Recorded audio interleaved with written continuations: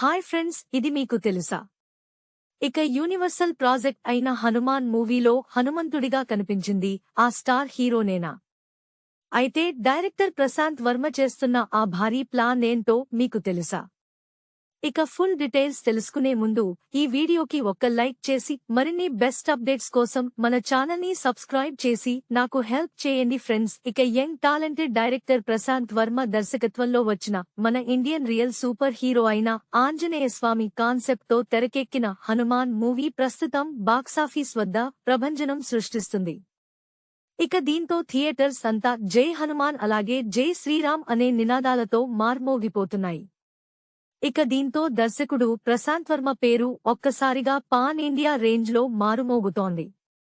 ఇక ఈ మూవీలో హనుమంతుడిగా ఎవరు నటించారు అని చాలామందికి చాలా సందేహాలు వ్యక్తమవుతున్నాయి.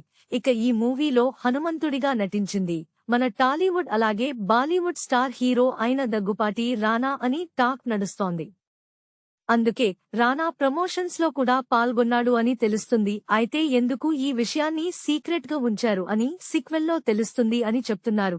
ఇక ఇలాంటి బెస్ట్ అప్డేట్స్ కోసం మన ఛానల్ ని సపోర్ట్ చేయండి ఫ్రెండ్స్.